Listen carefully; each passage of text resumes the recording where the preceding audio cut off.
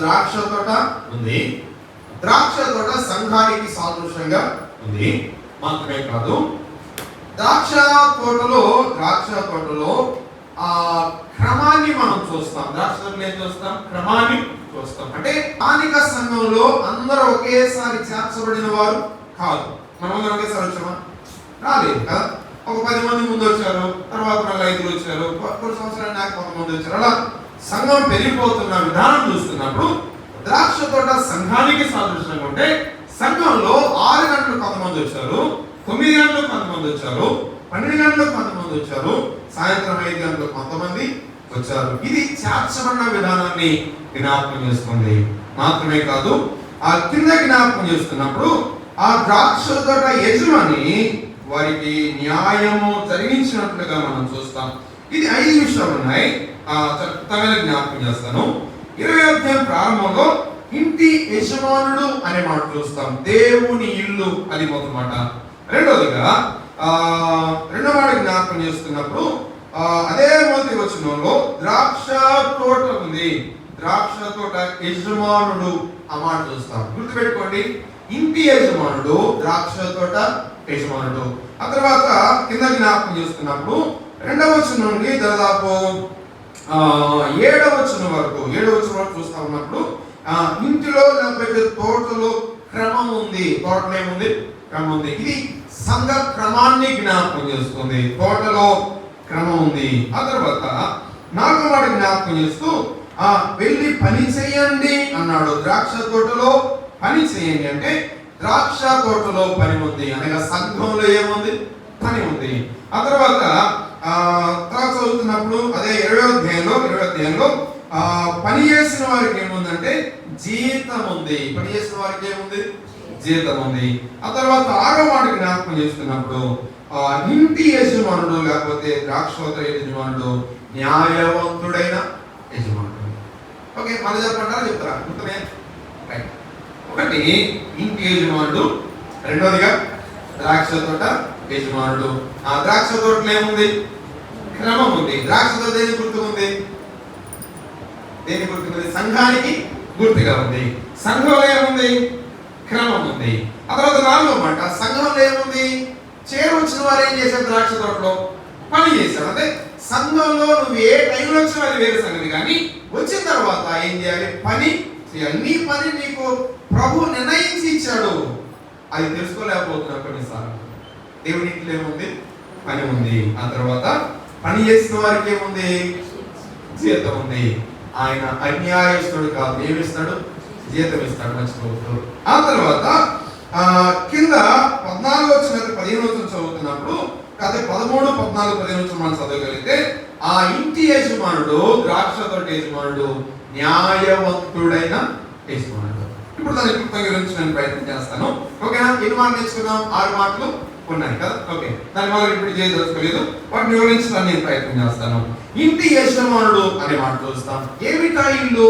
దేవుని సంఘమే దేవుని ఇల్లు. ద్రాక్ష తోటన్నా దేవుని ఇల్లన్నా సంఘానికి సాదృశ్యంగా ఉంది.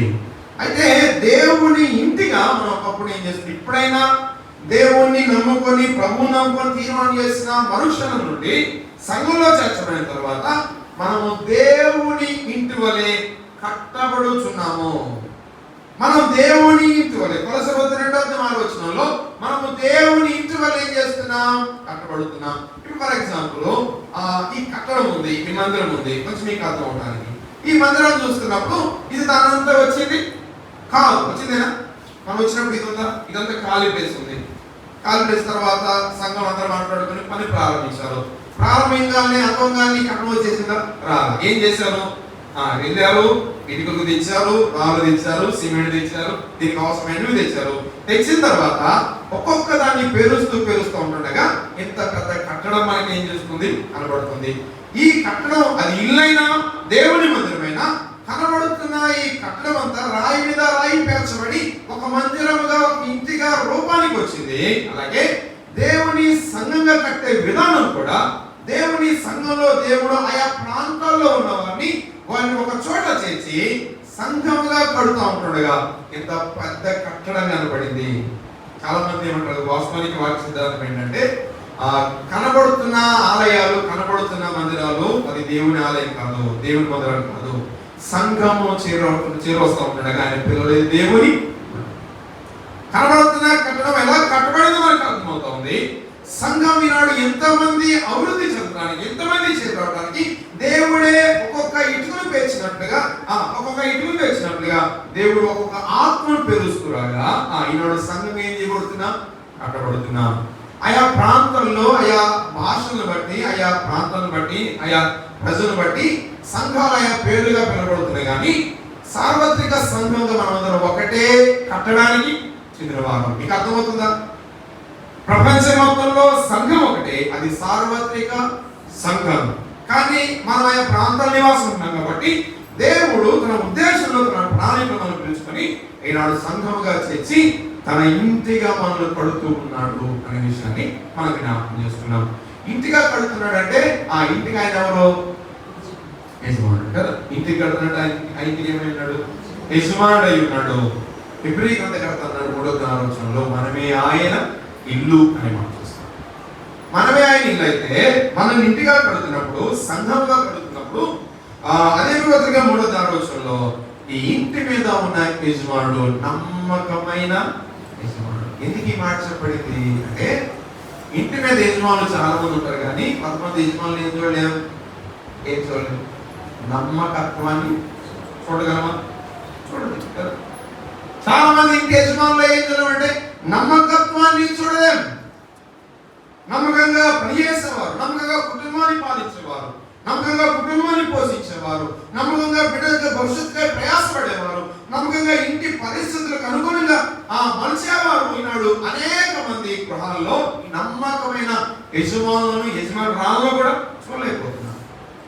కానీ అంటే ఆయన మన ఇంటిగా కడుతున్నప్పుడు ఆయన తన నమ్మకాన్నంతటిని ప్రోగేసి మనం ఏం చేస్తున్నాడు? అప్పుడప్పుడు అనిపిస్తుంది, ప్రభా నా మీదంత నమ్మకం అయినా నీ ఇంట్లో నాకు చేర్చడానికి. అప్పుడు నాలో ఏం లేదు. ఎంత నమ్మకం ఉంచి మనల్ని తన ఇంట్లో చేర్చాడు. కొన్ని సందర్భాల్లో నమ్మిన వారు మోసం చేసినప్పుడు ఏమంటారు చెప్పండి? ఏమంటారు? నమ్మిన వారు నీకు మోసం చేసినాడు, నీ నోటీస్ ఏమాట వస్తుంది? ఎంత నమ్మే అంటాడు, నువ్వు నాకేం చేసావు చెప్పండి, ఏం చేశాడు? అమ్ములు ఏమంటావు? ఎంత నమ్మే అంటాడు, నిన్ను నాకు ఇంత ద్రోహం చేస్తావు అనుకోలేదు, అన్నావు ద్రోహం చేస్తామనుకోలేదు, ఇంత కీడు చేస్తామని, ఇంత అన్యాయం చేస్తాం అనుకోలేదు, అసలు నేను నమ్మది ఎవరు, అసలు నా ఇంట్లో వాళ్ళు కూడా నమ్మలేదురా, మా అమ్మ నాన్న కూడా నమ్మలేదురా. అంటే దేవుడికి న్యాయం, మనకు అదొక న్యాయమా? కొన్ని సందర్భాలు మన హృదయం గాయకున్నప్పుడు, మన హృదయంలో బాధ వచ్చినప్పుడు, ఎదుటివారి ద్వారా బాధ అనిపిస్తున్నప్పుడు, ఈ నోటి ద్వారా మనం మాట పలికినప్పుడు ఇదే మాట దేవుడు పలుకుతాడేమో కదా.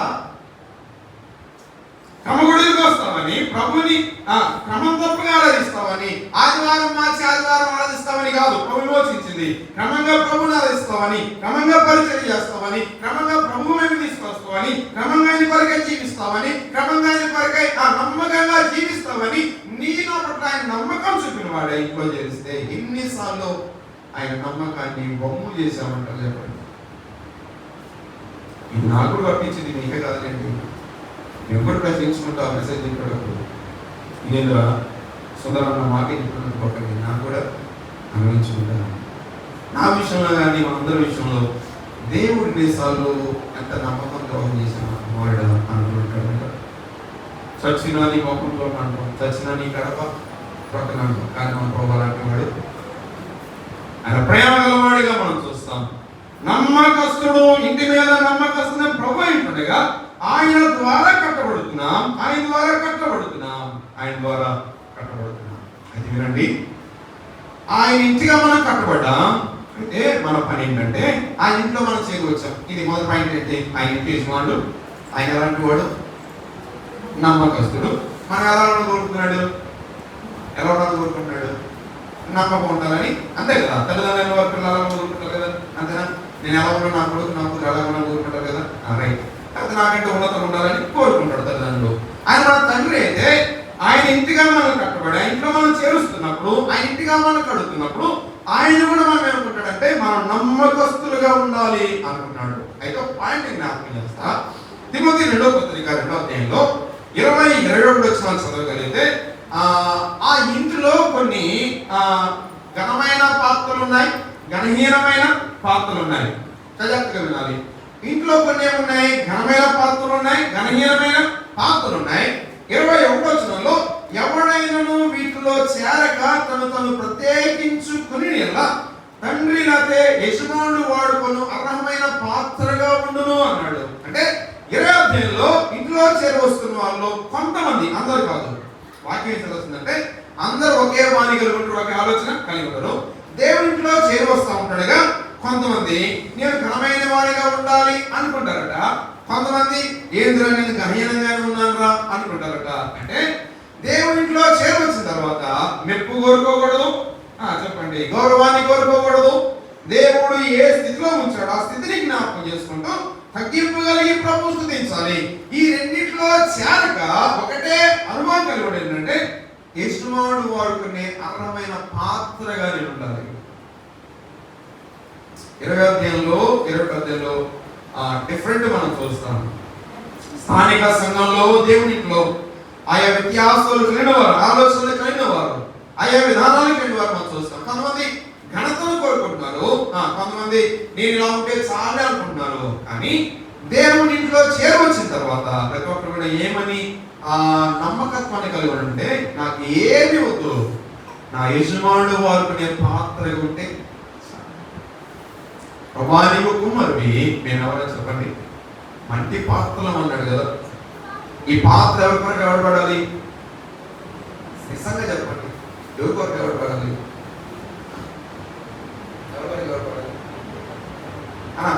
హ్యాపీ ఇక్కడ ఎవరి కొరకు ఎవడబడాలి? ప్రభు కొరకే మాట్లాడుతున్నాయా? ఇంట్లో మనం చేరవస్తే ఇంట్లో ప్రభువును కడతా ఉంటే ఆయన మన మీద ఏముంచాడు? మన మీద ఏముంచాడు? నమ్మకత్వాన్ని. అంతే కదా, నమ్మకం బట్టే ఇంట్లో మనం చేర్చాడు. నమ్మకత్వాన్ని మనం చూపించాలంటే ఒకటే రీజన్, మనం దేవుడు వాడుకునే పాత్రగా, అర్హమైన పాత్రగా అన్నాడు. వాడుకునే విషయంలో కూడా కొన్ని అర్హతలు ఉన్నాయి, మర్చిపోవద్దు. దేవుడు వాడుకోవాలి ఆశ నీకుంది, కానీ దానికి అర్హత కావాలి. దేవుడు వాడుకునే అర్హమైన పాత్రగా ఉంటే నిజంగా దీవించబడతాం. మధ్యాహ్న కాల సమయంలో, ఉదయకాల సమయంలో మనం తీసుకోవాల్సిన కనీస నిర్ణయం ఏంటంటే దేవా నేను వాడుకునే పాత్ర ఉంటే చాలు, నాకేమి వద్దు. సంఘంలో గొప్పతనం నాకు వద్దునైనా, సంఘంలో గౌరవం నాకు వద్దునైనా, సంఘంలో ఇంకా తక్కువ అది ఏది నాకు వద్దు. ఎలా ఉండాలంటే నీకు ఎలాగో నన్ను వాడుకోవాలనుకున్నావో, ఎలాగో నీ పరిచయం నిర్వహించాలనుకున్నావో, ఎలాగో నీ ఇంట్లో నన్ను ఏ రకంగా వాడుకోవాలనుకున్నావో అలా వాడుకుంటే చాలు నీ దేవుని దగ్గర మన తీర్మానం. అలా తీర్మానం చేసిన తర్వాత మరలా పాత దగ్గర అనుకోండి, నమ్మకత్వాన్ని మళ్ళీ ఏం చేస్తాం? కొత్త మొక్కలు కనపడుతున్నాయి. నమ్మకత్వాన్ని ఏం చేసినట్టు పోగొట్టినట్టే కదా. ఒకటి, ఇంటి యజమానుడు నమ్మకస్తుడు, ఇంట్లో చదువుకొని మనం ఎలా ఉండాలి? నమ్మకత్వం ఉండాలి. ఈ నా నమ్మకాన్ని నిలబెట్టుకోవాలంటే యజమానుడుగా ప్రభు ఎలాగ వాడుకోవాలో సంపూర్ణంగా ఆయన హస్తాలకు అప్పగించుకొని, ఆయన బలిష్టమైన హస్తాలకు అప్పగించుకొని ప్రభు ఎలా వాడుకోవాలనుకున్నావో అలా వాడుకుంటే చాలయ్యా అని కనీస సహాయాన్ని ప్రభు గ్రహించాలి, పొందుకోవాలి. ఒక మాట చెప్పిన, ప్రభు హస్తాలకు అప్పగించుకొని అయ్యా నువ్వు ఎలా వాడుకుంటే అలా వాడుకొని సంపూర్ణంగా సమర్పించుకొని ఆయన చిత్తానికి లోపడితే ఆయన వాడుకునే విధానం మధురంగా ఉంటుంది, చెప్పలేదు. ఎలాగో తన చిత్తంలో వాడుకుంటాడు, ఎలాగో ఆయన నడిపిస్తాడు, ఎలాగో ఆయన దీవిస్తాడు, ఎలాగో ఆశ్రయిస్తాడు, ఎలాగో ఆయన అభివృద్ధి పరుస్తాడు. మాటల్లో చెప్పలేని విధానం అది అనిపించే వాళ్ళకి మాత్రమే తెలుస్తుంది. మీరు చూడండి, ఆరాధన చేసే మనకి లోకస్తులైన వారికి వ్యత్యాసం ఉంది. ఆరాధన భావం ఎంత ఆనందం ఉంటుందో మనం చెప్పగలం, లోకస్తులు చెప్పగలరా? చెప్పలేదు. మంచి ఆహారాన్ని తిన్నాం, ఉన్నవాళ్ళ కంటే తిన్నవాళ్ళకి ఎక్కువ టేస్ట్ తెలుసు తెలియదా? ఇంటికి వెళ్ళగానే నాన్ వెజ్ ఉంటాం కదా, 1-3 సార్లు తింటాం. మాట చెప్పండి కదా, అందరికంటే ఎక్కువ తినే అన్నం ఎందుకు చెప్పండి? ఎక్కువ తినే వీరునంట. ముక్కుడు కింద ఒకసారి ఉప్పు సరిపోయిందని ఒకసారి, ఉప్పు రాలేదని మళ్ళీ కొంత ఉప్పేసి ఇప్పుడు సరిపోయిందని ఒకసారి, ఆ తర్వాత ముక్క కారం పట్టిందని ఒకసారి, ఇంకా ముక్క మెత్తగా ఉడికిందని ఒకసారి. యజమాని ప్లేట్లు వేసిన తర్వాత వాళ్ళకి ఇచ్చే ఉండరా అని ఒక ముక్క నోట్లు వేసుకొని వాళ్ళు తినరా. అది తెలీదు, మరి మీకే తెలియదు, మీరు ఆశ చెప్తున్నారు సోదరులు. వాళ్ళ కష్టం, వాళ్ళ యొక్క ఆరోగ్యం నిజంగా అద్భుతం. నేను అప్పుడు అనుకుంటాను, ఇంట్లో కనుక ఇలా లేకపోతే ఇంటి పరిస్థితి ఎలా ఉంటుందో చెప్పలేదు. నిజంగా దానిలో నిజంగా మీ వారి కుటుంబాలు దీవించుకోవాలి. అట్లన్నీ అది చేయబాకు. మంచిది, దేవుడు మీకు చాలా ఆగిమించారు. గుణవతి అయిన భార్య దూరుడ అడుగు అంటే ఉంటే కంటే అమూల్యమైంది, వాక్య సత్యమైంది. ఈనాడు దొరకటం చాలా కష్టం. మీ తర్వాత మీరు చాలా గుణవంతులు, తర్వాత భాగ్యులు, ఎన్ని గ్రంథాలు మీకోసం ప్రభు రాపించాడు. మంచిది. వాస్తవానికి మీకున్నంత పట్టణం మా కుటుంబం. ఓకే, 2వ అధ్యాయంలో 20వ అధ్యాయంలో 8వ వచనంలో మొదటి వచనంలో ఇంటి యజమానుడు ప్రభు అయినా ఎలాంటి వాడు ఆయన? నేను ముందే చెప్పి 1 మాసం రిపీట్ చేస్తాను. ఎలాంటి వాడు ఆయన? నమ్మకమైన వాడు. మనం ఎలా ఉండాలి?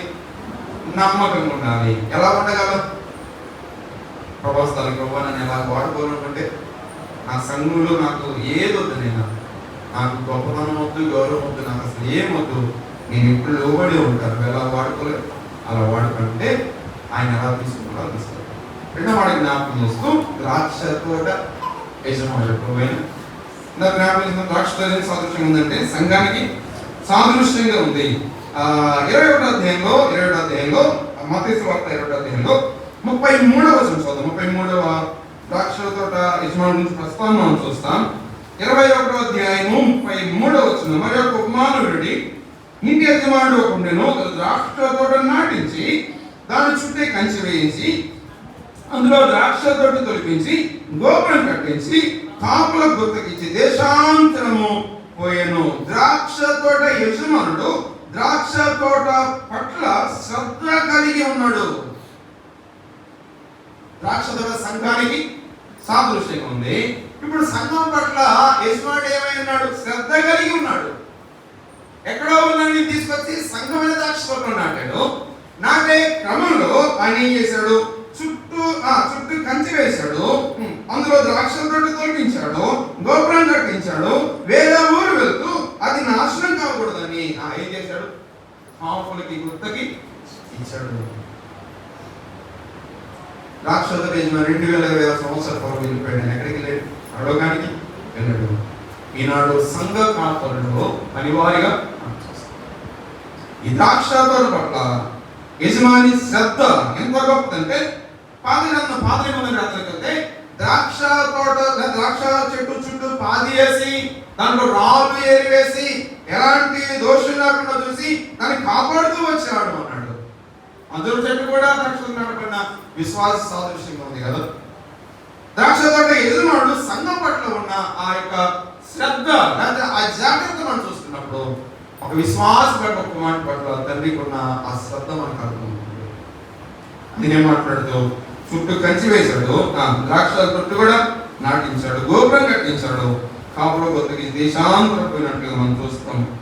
అయితే యజమానుడు ద్రాక్ష తోటను పట్టించకుండా ఉన్నవాడు కాదు. తర్వాత ఎన్నికల్లో చదువుకుని 20వ అధ్యాయంలో మాట్లాడతాయి. ద్రాక్ష తోట నాటించి కంచి వేశాడు. 80వ కీర్తనలో 8 చదివితే ఇశ్రాయేలు ప్రజల నుంచి మాట్లాడుతున్నాడు. ఐగుప్తుల నుంచి నేను తీసుకొచ్చి కనానులో నిన్ను నాటాను అన్నాడు. ద్రాక్ష తోట నిన్ను నాటాను అన్నాడు. అంటే ఎక్కడో ఏ ప్రాంతంలో ఉన్న మనల్ని ప్రభు ఏం చేశాడంటే ఒకే చోట చేర్చాడు, ఒకే చోట నాటాడు. ద్రాక్ష తోట యజమానుడు మన పట్ల శ్రద్ధ కలిగి ఉన్నాడు. ఇదే మనం నేర్చుకుంటుంది. శ్రద్ధ కలిగి ఉన్నాడు. శ్రద్ధ కలిగిన ద్రాక్ష తోట యజమానుడు ఇప్పుడు ఏం ఆశిస్తున్నాడు? 20వ అధ్యాయంలోనే మత్తయి సువార్త 21వ అధ్యాయంలోనే 20వ అధ్యాయంలోనే 33 నుంచి మనం చదువుకుంటూ వెళ్తే 34వ వచనంలో పండ్ల కాలము సమీపించినప్పుడు పండ్లలో తన భాగము తీసుకుని వచ్చినప్పుడు ఆ కాపుల యొద్దకు తన దాసులను పంపగా అని మాట. కొంచెం మీకు అర్థం అవడానికి యోహాను సువార్త 15వ అధ్యాయానికి యోహాను సువార్త 15వ అధ్యాయంలో ద్రాక్ష తోటలో మనం నాటాడు. ఇప్పుడు యజమానుడు ఏం కోరుతున్నాడు? 15వ అధ్యాయం రండి, 8వ వచనం చదువుతున్నాడు. యోహాను సువార్త 15వ అధ్యాయము 8వ వచనం. మీరు బహుగా ఫలించడం వలన నా తండ్రి ఏం చేయబడతాడు? మహిమ పరచ. ఇప్పుడు ఆలోచించేద్దాం. ఇంట్లో నమ్మకస్తుడిగా ప్రభువును చేర్చాడు. మనం ఏం చేయాలి? నమ్మకత్వం నిలబెట్టుకోవాలి అంటే దేవుడు వాడుకునే అర్హమైన పాత్రగా ఉండాలి. రెండోదిగా ద్రాక్ష తోట సంఘానికి సాదృశ్యంగా ఉంది. మన పట్ల జాగ్రత్త కలిగి ఉన్నాడు, శ్రద్ధ వహించాడు, కంచి వేశాడు, కాపుదలు ఇచ్చాడు, ద్రాక్షగా తొట్టి నాటాడు. అంటే ద్రాక్ష తోట నుంచి ఫలాలు బయటికి వెళ్ళకూడదు.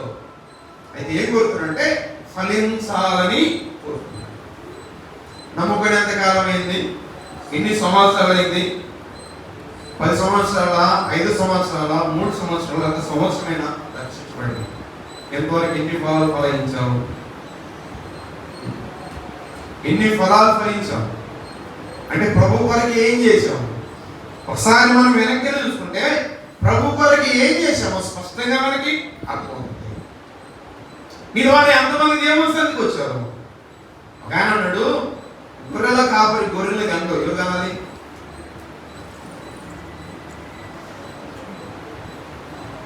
మీరు గేదెలు చెప్తారా? చెప్తారు కదా, గేదెలు ఉన్నాయి కదా. ఇప్పుడు గేదెలు మేపే వాళ్ళు దూడలు కంటారు, గేదెలు కంటాయా?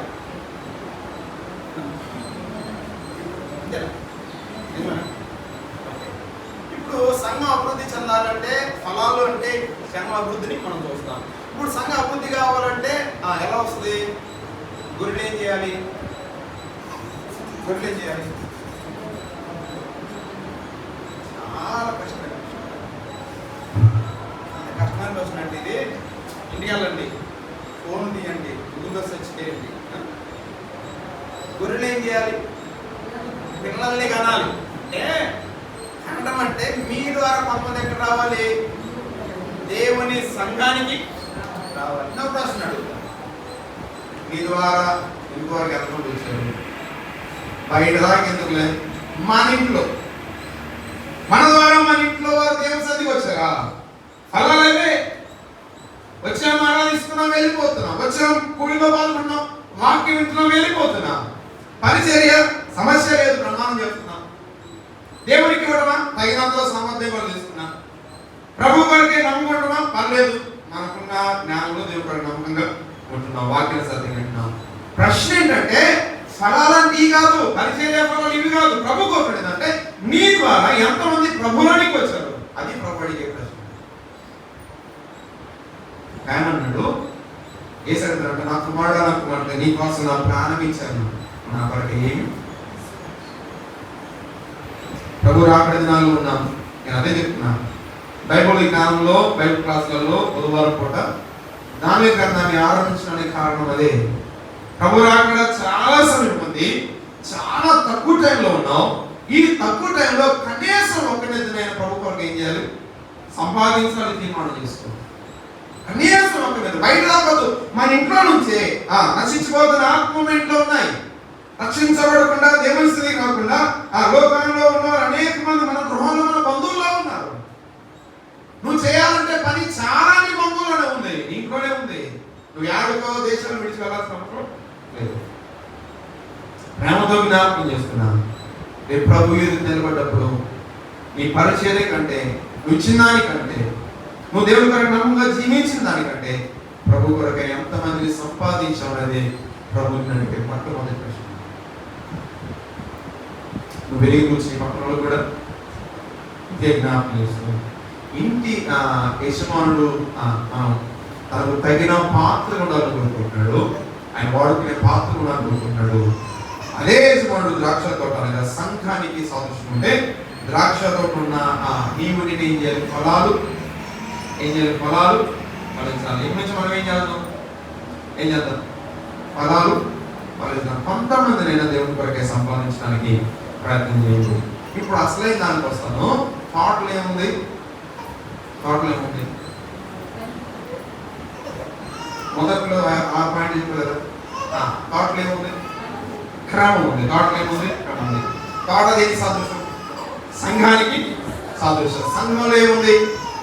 క్రమం ఉంది. ఒక మాట ఏంటంటే లోకంలో క్రమం లేదు, క్రమదప్పమైన పరిస్థితులు కనపడుతున్నాయి. లోకానికి క్రమాన్ని నేర్పించవలసిన బాధ్యత ఎవరి మీద ఉంది? సంఘానికి ఉంది. లోకానికి క్రమాన్ని చూసి లోకం క్రమాన్ని నేర్చుకోవాలంటే ఇలా ఉండాలిరా, ఇలా ఉండాలి, ఇలా ఉండకూడదని వాళ్ళు క్రమాన్ని నేర్చుకోవాలంటే వాడు ఏ ఫిలాసఫీ చదవడం లేదు. ఎక్కడ చూస్తే చాలు? సంఘాన్ని చూస్తే చాలు. ఒక విషయం ఏంటంటే సంఘంలో క్రమం ఉంది, సంఘ క్రమానికి లోబడ్డ వాళ్ళు. సంఘంలో క్రమం ఉంది, సంఘ క్రమాన్ని పాటిస్తున్నావా? ఈ క్రమం ఏం నుంచి వచ్చిందంటే ప్రభువే తన గ్రంథం ద్వారా సంఘంలోకి ఏ ప్రవేశపెట్టాడంటే క్రమాన్ని ప్రవేశపెట్టాడు. ఇప్పుడు ఒక ప్రశ్న, ఇల్లు నీట్గా కట్టుకున్నామా? మీకు అర్థం కట్టుకున్న తర్వాత వంటగదిలో ఉండాల్సిన సామాన్లు అన్ని బెడ్రూమ్లో, బెడ్రూమ్ ఉండాల్సిన బెడ్, డబ్బు కట్టుకోవాల్సిన ఇవన్నీ వంటగదిలో. ఇంకా చెప్పండి, మురుగు బట్టలన్నీ బీరువాలో, బీరువాలో ఉండవలసిన ఇసుక బట్టలన్నీ ఏ బిడ్డ దీంట్లో ఇసు బట్ట వేసుకుంటామే దాంట్లో. ఇలా బంధువులు ఇంటికి వచ్చారు, చూసి ఏమంటారు?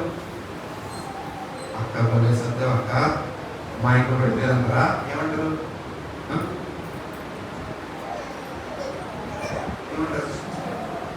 నాలుగు అంటించి మళ్ళీ ఈసారి వచ్చిన యానికి ఉందంటే బాగుంటుంది చెప్పి వాడికి చెప్పారు కదా. స్కూళ్ళకి క్రమం ఉంది, డ్యూటీలకి క్రమం ఉంది, చెప్పండి. తర్వాత ట్రైన్లకి ఏముంది? సమయ క్రమం ఉంది. ఇంకా తప్పు అయిపోతే రాదు, జీతం శాలరీ కట్టాలి. ఆ రోజు కట్టడం చేసిన శాలరీ లేదు. అంటే ప్రధానికి ఏముంది? సమయ క్రమం ఉంది. దేవుడి పిల్లలుగా ఈ మాటల గురించి బాధపడుతున్నాను. సిగ్గుపడవలసిన విషయం ఏంటంటే లోకంలో అన్నిటికీ క్రమాన్ని పాటిస్తాం. ఎక్కడ క్రమాన్ని చూపించాం? సంఘాల క్రమాన్ని చూపించలేకపోతున్నాం. ఇదంతా దుఃఖకరం కదా.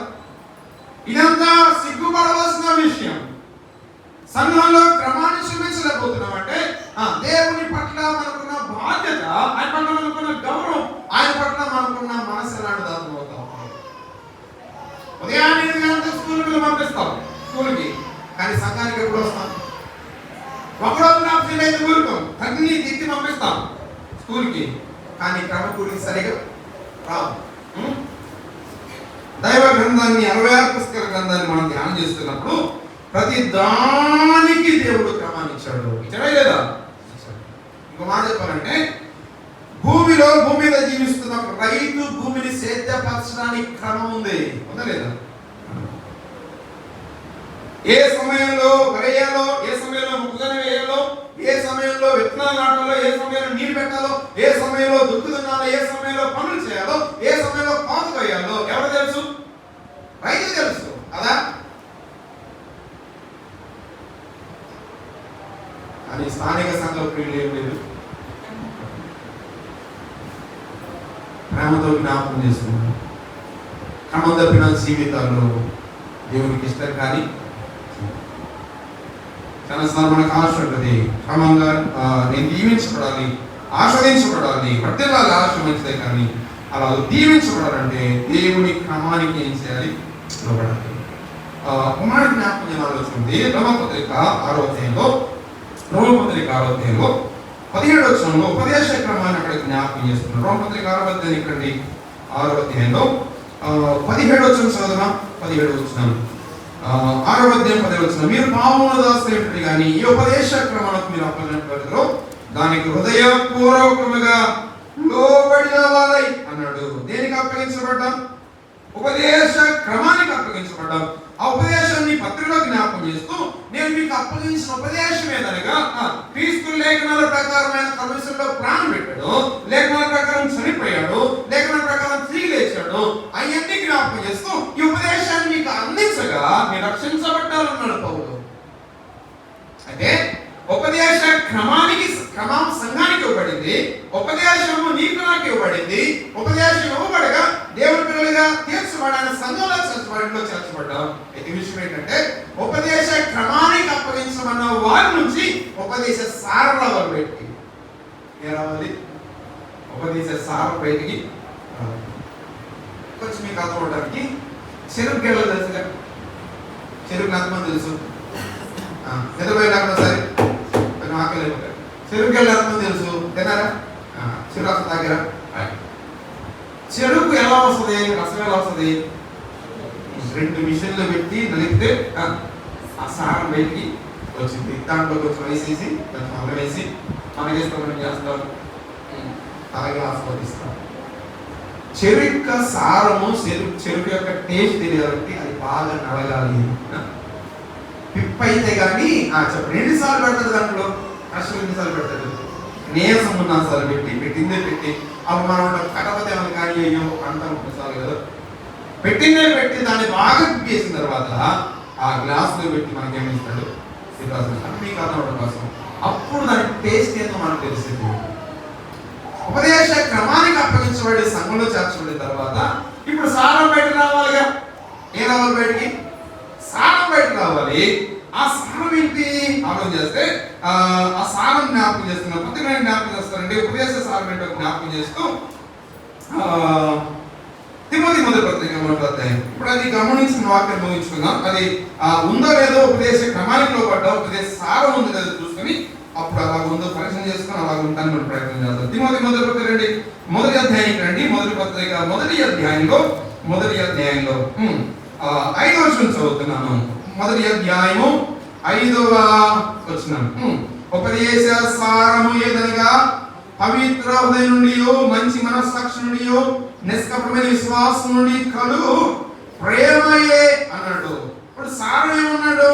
పవిత్ర హృదయం అన్నాడు, మంచి మనస్సాక్షి అన్నాడు, నిష్కపటమైన విశ్వాసం అన్నాడు, లేకపోతే ప్రేమ. 4 మాటలు చెప్పాడు. ఉపదేశ క్రమానికి లోపడడం మంచిదే, సంఘంలో చేర్చబడడం మంచిదే, ఉపదేశం పొందడం మంచిదే. ఇప్పుడు దాన్ని సారం బయటకు తీయాలి. ఎవరు ఆ సారం ఎవరు బయట తీయాలి? ఉపదేశ క్రమానికి ఎవరు లోపడ్డారు వారు బయట తీయాలి. అంటే మన ప్రవర్తన ఉపదేశ క్రమం యొక్క ఆ మాదిరిని చూపెడుతుంది. మన జీవితం ఉపదేశ సారాన్ని చూపెడుతుంది. మన జీవితం ఉపదేశ సారం అయితే ఆ జీవితం ద్వారా ఏం రావాలంటే 4 మాటలు చెప్పాడు ఆయన. పవిత్ర హృదయం కావాలి, మంచి మనస్సాక్షి కావాలి, తర్వాత నిష్కపటమైన కపటమైన విశ్వాసం కావాలి, 4వది ప్రేమ కావాలి. ఈ 4 ఒకవేళ ఏదన్నా 4 మిస్ అయ్యా, 4లో 3 మిస్ అయ్యా, ఈ 4 లేకపోయినా 4లో 1 తగిన ఏ విధంగా మనలో మాదిరికరమైన జీవితం లేదని ఉపదేశ సారం, ఉపదేశాన్ని పొందిన విశ్వాసులు లోకానికి అందించవలసిన అందుకే చెరుకుని నాకు కదా, చెరుకు రసం ఇస్తున్న వ్యాపారవేత్త వాటిని మీకు ఇవ్వడానికి, రుచికారంగా ఇవ్వడానికి చాలా ప్రయత్నం చేస్తాడు కదా. అల్లం పెడతాడు, ఎదురు పెడతాడు, నిమ్మకాయలు పెడతాడు, మనకి ఇస్తాడు. ఎందుకు? ఆ టేస్ట్ మనం ఆస్వాదించాలి. ఎందుకు మనకి ఉపదేశ సారాన్ని మనం చూపించడానికి, ఉపదేశ క్రమం ద్వారా మనం పిలిచిన సృష్టికర్త అయిన మన తండ్రి దేవుడు ఆ సారం అని వాళ్ళని మనకు మాదిరి చూపించి పేదాలంటే కదా, క్రీస్తు మీ కొరకు బాధపడి మీరు తన అడుగుదలను మీకు ఆ మాదిరి ఉంచి నడుచుకున్నట్లు మాదిరి ఉంచిపోయి అన్నాడు. అంటే ఉపదేశ క్రమంలోకి వచ్చిన వాళ్ళు తప్పకుండా ఏం చేయాలంటే ఉపదేశ సారాన్ని లోకానికి చూపించాలి. నేను ముగించబోతున్నాను. మీ జీవితం అనేక మందికి మాదిరికరంగా ఉండటమే ఉపదేశ సారాన్ని జ్ఞాపకానికి తీసుకొస్తుంది. ప్రేమ కలిగి ఉన్నావా? పవిత్ర హృదయం కలిగి ఉన్నావా? నిష్కపటమైన విశ్వాసాన్ని కలిగి ఉన్నావా? ఆ తర్వాత మాట్లాడితే ఇంకేమన్నాడు? 6వ వచనంలో కొందరు వీటిని మానుకొని పలిగిపోయి తాము చెప్పువాడినైనను నిత్యంగా రుడిగా పలుకుబడిని గ్రహింపకపోయినాను అని మాట్లాడుతున్నాను. ఇంకా వాళ్ళు ఏం చేస్తారు? 7వ వచనంలో నిష్ప్రయోజనమైన ముఖ్యతలకు తిరిగి అని మాట్లాడుతున్నాం కదా. 5వ వచనంలో ఈ 4 అంశాలు లేకపోతే 5వ అంశం చెప్పండి. 5వ పని ఏంటి? నిష్ప్రయోజనమైన ముఖ్యతలకు తిరిగే ప్రమాదం ఉంది. పవిత్రమైన హృదయం ఎల్లప్పుడూ ప్రభు దగ్గర ప్రవేశించాలి. హృదయాన్ని పవిత్ర పరచుకోవాలి. కొన్ని సందర్భాల్లో సాధారణ మనకు ఆవేశమైన వాటిని తీసుకొచ్చి ముందు పెడతాడు ప్రభుత్వం అనుకున్న తర్వాత. మీకు ఎదురైన అనుభవాలు నాకు చాలా ఎదురైనాయి. మీకు ఎదురైన అనుభవాలు మనం ఏది వద్దు అనుకుంటామో అదే మనం తెచ్చి పెడతాం కదా. ఇంతకుముందు బాగా పాత బైక్ మీద కాపర్ పగండి, ఇంతకుముందు బాగా సినిమాలు చదవట్టుంది అనుకోండి.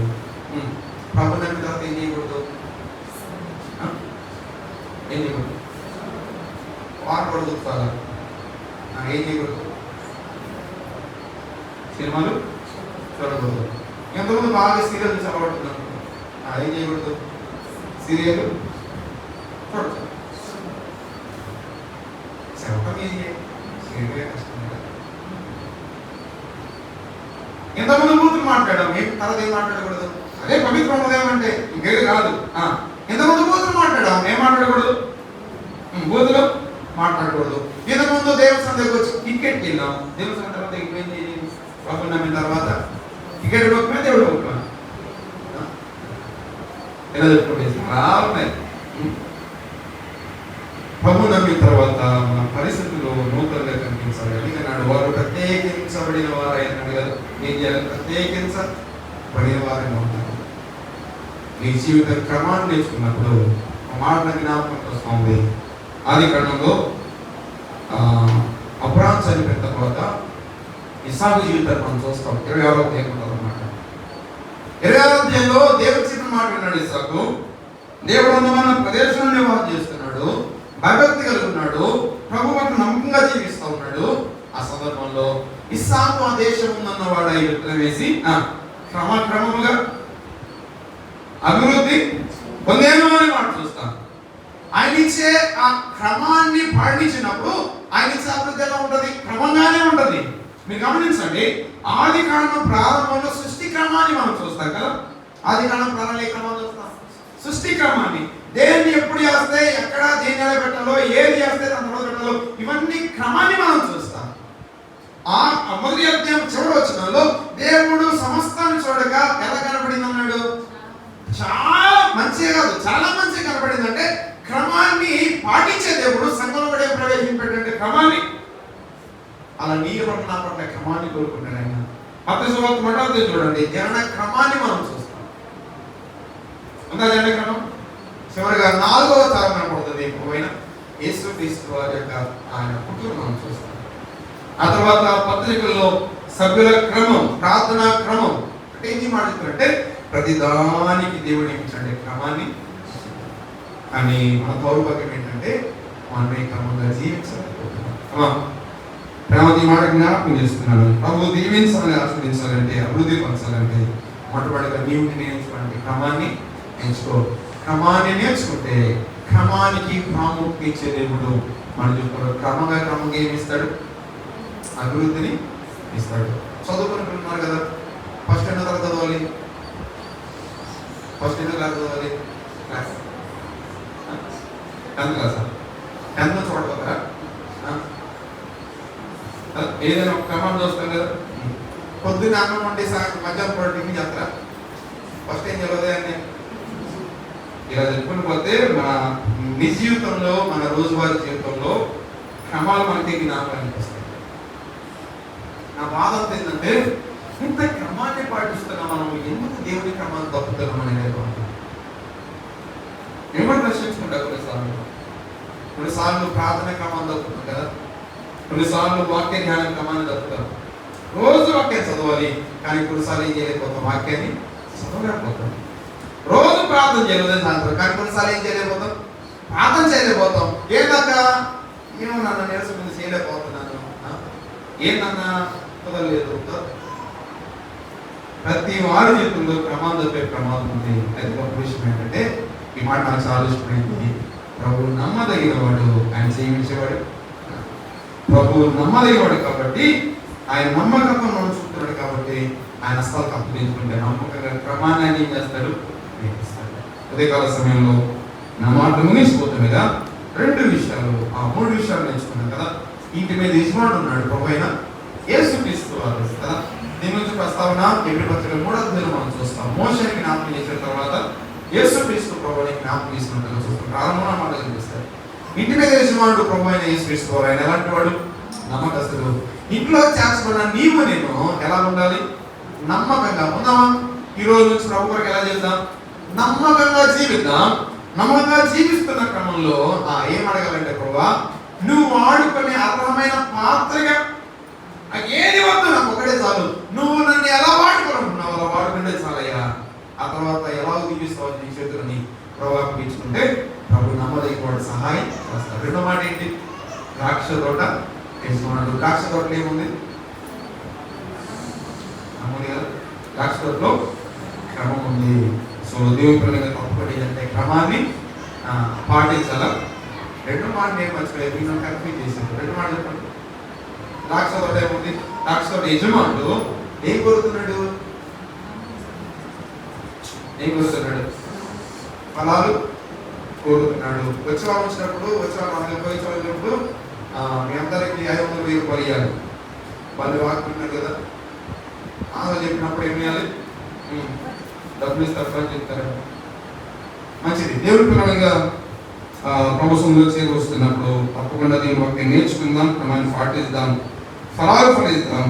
కనీసం ఈరోజు నుంచి ఒక బాధ్యత ఏంటంటే కనీసం ఇంట్లో ఒక్కనిద్దాన్ని ఎక్కడ తీసుకొద్దాం? దేవుని సన్నిధికి తీసుకొద్దాం, దేవుడి కొరకే సంపాదిద్దాం. ప్రభువు లేదు మనకు నిలబడినప్పుడు ప్రభువు అడిగే మొట్టమొదటి ప్రశ్న, నా కొరకు ఎన్ని ఆత్మలు సంపాదించాం? ఏ ప్రశ్న చెప్తాం? జ్ఞాపకం చెప్తాం. కాబట్టి ఇక నుంచి ఉన్న కాలం కొద్ది ఉంది కాబట్టి ఆత్మ సంపాదన ప్రయాసపడదాం. ఆ తర్వాత దేవుడికి ఏముందంటే క్రమం ఉంది.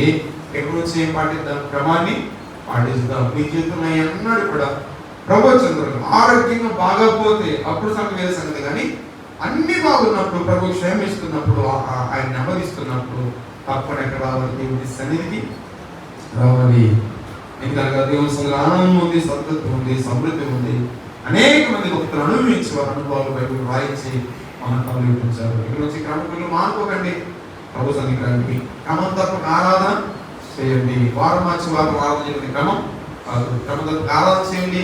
క్రమం దేవుడు వాక్యాన్ని కూడికి రండి, క్రమం తప్పక సగ కూడికి రండి. ప్రభు ఇచ్చే దేవుడు ఆశీర్వాదం కోరని మనం చేస్తున్నాం. మనకు 3 విషయాలు ఉన్నాయి. ప్రభు చెప్పిన ఈసారి ఎప్పుడన్నా ధ్యానం చేద్దాం. ఒక్కసారి యొక్క నాకు ఆనందం కాదు. 3 విషయాలు. తర్వాత 3 విషయాలు ఏంటి?